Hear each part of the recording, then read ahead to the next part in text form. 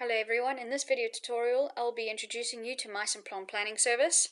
This service replaces Simplant OneShot, however Simplant OneShot is still available for you to use. I do not recommend using Simplant OneShot because of a few reasons, and I'll name them now. One, it's far too complicated to use the Simplant software, especially if you do not use it on a regular basis. Two, it actually ends up being more costly using the Simplant OneShot because you'd pay quite a lot of money just to convert the file into a one-off occasion Simplant case, which is called Simplant OneShot. And they would charge you for the preparations, which you would need anyways, because the version that you would get, you would not be able to do your own preparations. And then on top of that, you would have to buy the guide separately. So the total costs end up being quite a lot.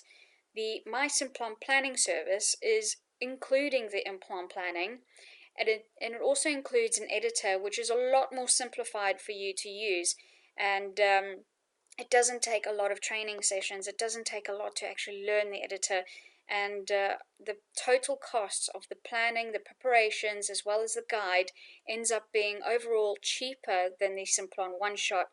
So just to show you how you can get onto MySimplant Planning service, you would just go onto the top on the address bar and type in www.mysimplant.com, press enter, and it will direct you to the actual website link.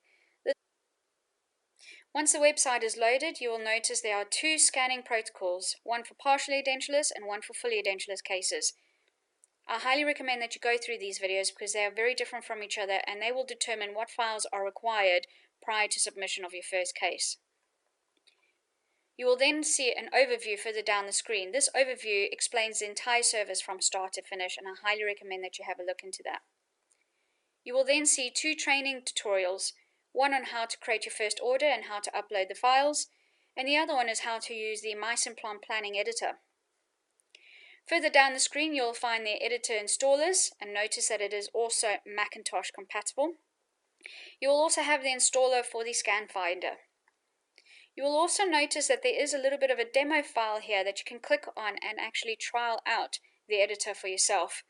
So firstly you would need to install the editor, and then once it's installed, click on this little demo case and it will allow you to have a little play around and a sneak preview of how to use the editor itself.